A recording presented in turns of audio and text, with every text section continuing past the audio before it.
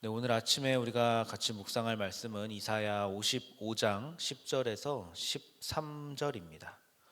거룩하신 하나님의 말씀입니다. 이는 비와 눈이 하늘로부터 내려서 그리로 되돌아가지 아니하고 땅을 적셔서 소출이 나게 하며 싹이 나게 하여 파종하는 자에게는 종자를 주며 먹는 자에게는 양식을 줌과 같이 내 입에서 나가는 말도 이와 같이 헛되이 내게로 돌아오지 아니하고 나의 기뻐하는 뜻을 이루며 내가 보낸 일에 형통함이니라.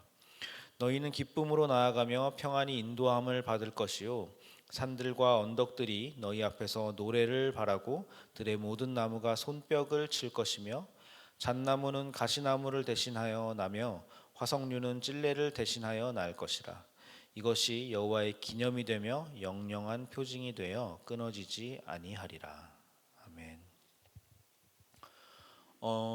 우리 교회는 말씀이 삶이 되는 것을 모토로 삼고 있습니다. 여러분, 오랫동안 말씀이 삶이 되어야 한다, 말씀을 삶으로 살아내야 된다, 말씀이 삶에서 작동해야 된다, 이렇게 배우고 또 이렇게 살아내신 분들입니다. 그러면 여러분은 하나님의 말씀이 정말로 내 안에서 삶에서 일하고 계신다는 것이, 하나님의 능력이 내 안에서 작동하고 있다는 것이 느껴지십니까? 우리가 이렇게 느껴지냐고 물어보면은 그리스도인으로서 이론적으로는 알고 아멘이라고 대답은 할 수 있습니다. 그런데 실제로 이것이 느껴지는가, 삶에서 매일매일 이렇게 따지고 들어가면은 그것은 좀 모호한 얘기가 될 수 있습니다. 매일 성경을 읽고 말씀 묵상을 하고 또 그렇게 예배를 드림에도 불구하고 막상 삶에서 이렇다 할 변화가 없는 것 같이 느껴지기도 하고 제자리인 것 같이 생각이 될 때도 있고요. 또 매일 새벽부터 이렇게 기도를 드려도 어떤 기도 제목을 갖고 열심히 애를 써도 응답의 기미가 보이지 않을 때도 있습니다. 그리고 주일에 은혜를 받았다고 생각했는데 월요일 아침이 되니까 또 말씀의 내용이 별로 그렇게 기억이 나지 않는 그런 경우들도 우리가 꽤나 있는 것 같습니다.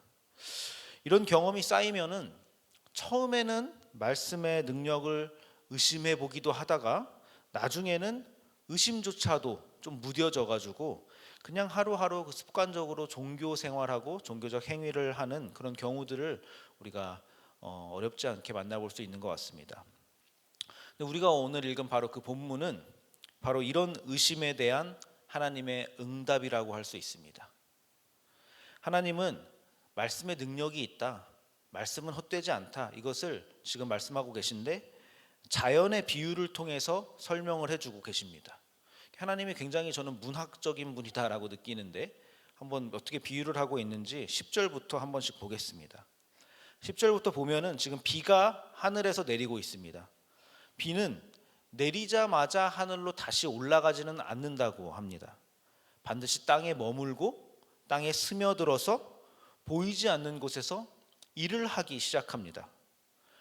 비는 땅에 스며들어서 씨앗을 깨우고요, 그리고 뿌리를 적시고 그 다음에 싹을 열심히 밀어 올리기도 하고 그 다음에는 나중에는 결국에는 열매를 맺게 만들 것입니다.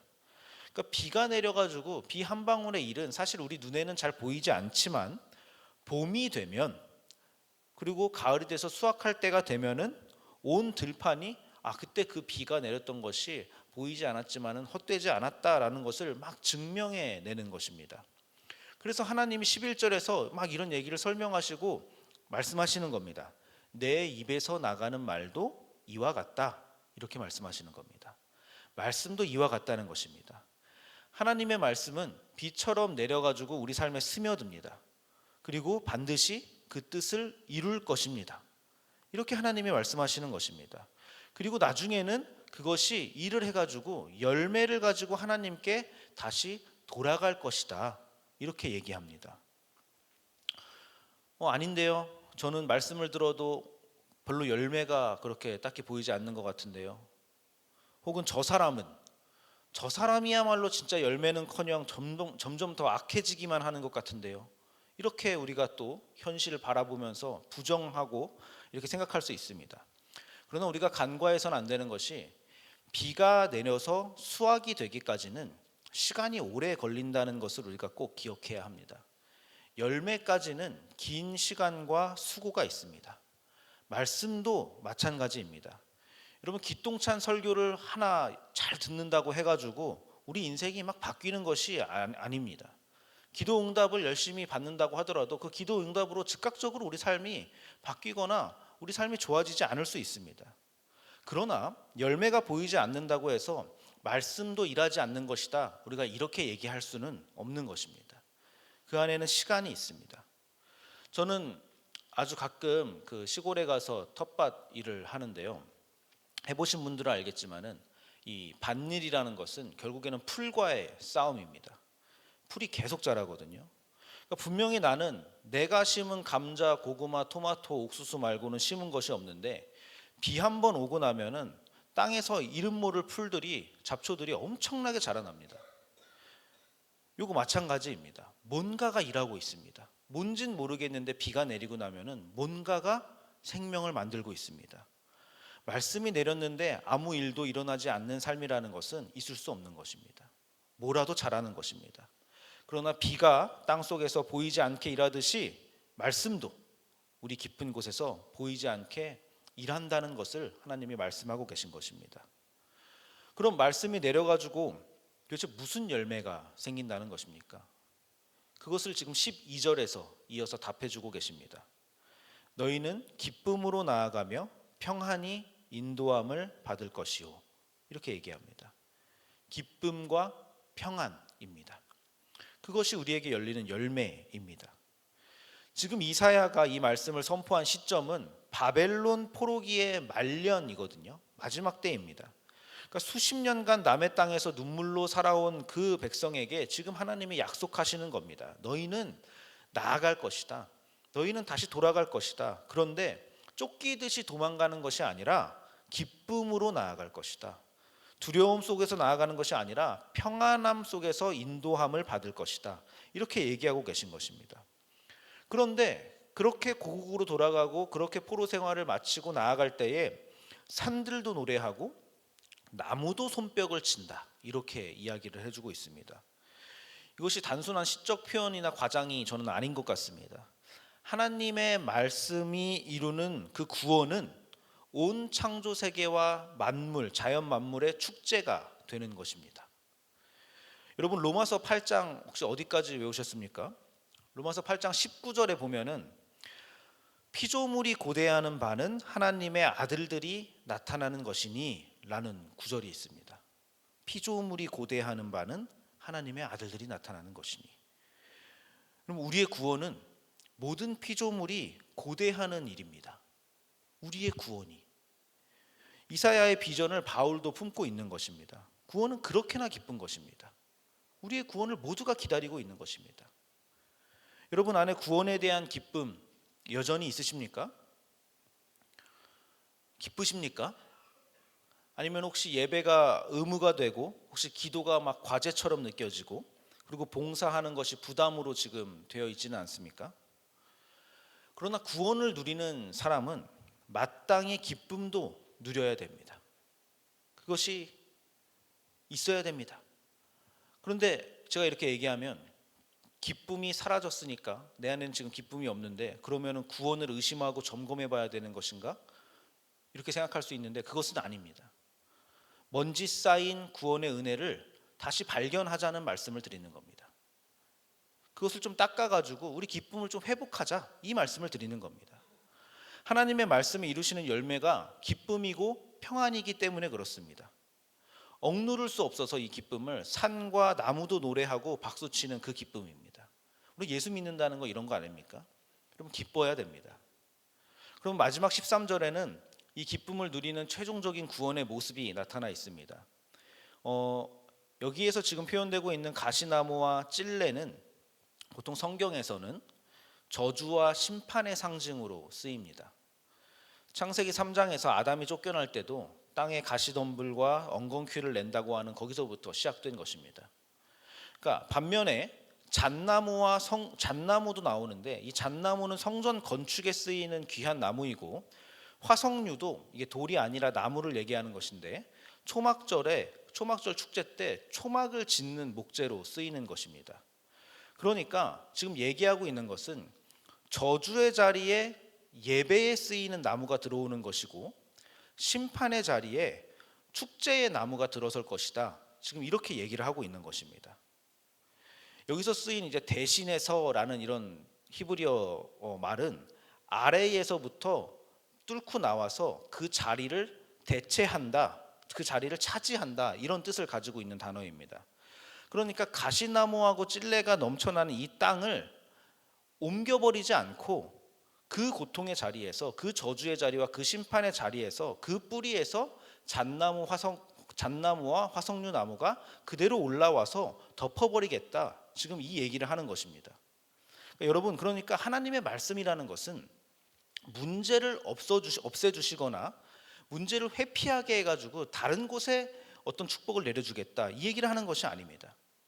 하나님의 말씀은 지금 가지고 있는 그 문제의 자리, 그 저주의 자리, 그 고통받는 자리, 그 자리 아래에서부터, 그 자리에서 아래에서부터 올라와서 은혜의 자리를 만들겠다, 이렇게 말씀하시는 것입니다. 우리 모두 각자의 자리에서 가시와 찔레가 있을 것입니다. 반복되는 죄의 습관도 있고, 도무지 고쳐지지 않는 나의 못된 그런 성정도 있고, 또 어려운 인간관계 때문에 우리가 힘들기도 하고, 분노, 원망, 짜증, 이런 것들 때문에 우리가 다 가시와 찔레를 겪고 있습니다. 힘듭니다. 그러나 하나님은 오늘 말씀하십니다. 바로 그 자리에서, 그 자리를 통해서 내가 잣나무와 화석류 나무를 일으키겠다. 너의 그 아픈 자리에 비를 내리겠다, 이렇게 말씀하시는 것입니다. 그러니까 그 자리를 우리가 피해달라, 그 자리를 없애달라, 이렇게 얘기할 것이 아닙니다. 그냥 은혜를 내려달라, 그 자리에. 그것을 내가 감내하겠다, 이렇게 우리는 얘기해야 되는 것입니다. 유명한 예화를 하나 들려드리고 말씀을 마치겠습니다. 조지 뮬러라고 하는 유명한 목회자가 있습니다. 한 200년 전쯤에 살았던 사람인데, 그 목회자의 유명한 일화가 있습니다. 그 조지 뮬러가 5명의 친구를 놓고 구원을 위해서 기도를 열심히 했습니다. 평생을. 그래서 첫 번째 친구는 5년 만에 회심을 했고, 두 번째 친구는 10년 걸렸다고 합니다. 세 번째 친구는 25년 걸렸고, 네 번째 친구는 52년이 걸려서 주님을 만났습니다.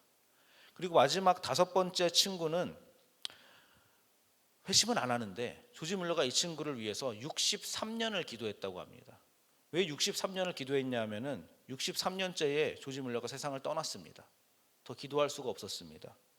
근데 그 친구의 회심을 보지 못하고 조지 뮬러는 결국에는 생을 마감한 것입니다. 그런데 뮬러의 장례식 날 그 5번째 친구가 그 식장에서 무릎을 꿇고 예수 그리스도를 영접했다고 하는 유명한 일화가 있습니다. 여러분, 비가 63년간 내리고 있었던 것입니다.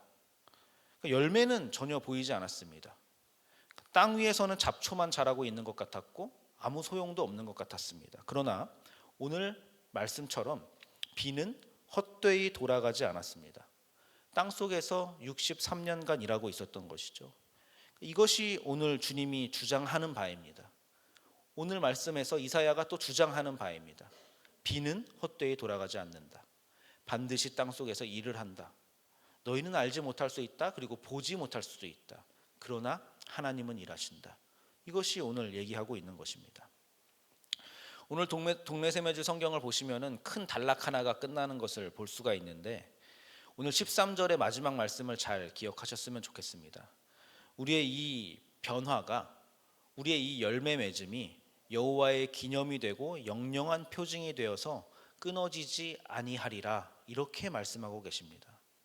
하나님의 말씀으로 변화된 우리 삶, 그것 자체가 하나님의 살아계심과 하나님의 일하심의 표징이 되는 것입니다. 우리는 그렇게 하나님을 증거하는 사람들입니다. 사랑하는 말씀삼 공동체 성도 여러분, 그러니 말씀 앞에 머무르셔서 말씀의 비를 맞으시기 바랍니다. 그렇게 가시밭이었던 우리 삶에 잣나무 숲이 되고, 그렇게 화석류가 자라날 때 옆에서 우리를 보고서는 너 무슨 일이 있었어? 너 무슨 일이니? 이렇게 묻는 사람이 있거든. 하늘에서 비가 내리지 뭐야? 이렇게 대답할 수 있는 우리 모든 성도님들 되시기를 간절히 바라고 축복합니다. 기도하겠습니다. 하나님 아버지 은혜를 감사드립니다. 주님이 내려주신 비로 인해서 우리가 이 자리에서 주님을 기뻐할 수 있습니다. 말씀의 능력을 의심했던 우리를 용서하여 주시고 보이지 않는 곳에서 일하고 계시는 주님의 손길을 항상 신뢰하게 하여 주시옵소서. 우리 삶의 가시밭을 우리가 포기하지 않게 하시고 바로 그 자리에서 말씀으로 일으켜 세워 주시옵소서. 그렇게 우리의 변화된 삶으로 주님의 표징이 되기를 소원합니다. 예수님의 이름으로 기도드립니다. 아멘. 이 시간 다음과 같은 기도 제목으로 함께 기도하시겠습니다. 지금 들은 말씀이 내 삶으로 이어지게 하옵소서. 교회 리더십이 바뀌는 모든 과정을 축복하시고 우리 교회가 합력하여 선을 이루는 역사를 경험하게 하옵소서. 동네 샘매줄 말씀 묵상과 동네 소그룹을 통하여서 우리의 신앙이 말씀 앞에서 바르게 걸어가게 하옵소서. 캄보디아의 티움꾼 띠어양과 불가리아 빅토르의 회복이 잘 이루어지게 하옵소서. 미국 애틀란타 베델교회와 함께하는 영어 캠프를 축복해 주시고 서로에게 좋은 경험과 관계를 이루어가는 시간이 되도록 하여 주옵소서. 육체의 질병과 마음의 질병으로 고통받는 지체들에게 회복의 은혜를 주옵소서. 개인의 기도 제목과 공동의 기도 제목으로 다 같이 기도하시고 삶의 자리로 나아가겠습니다.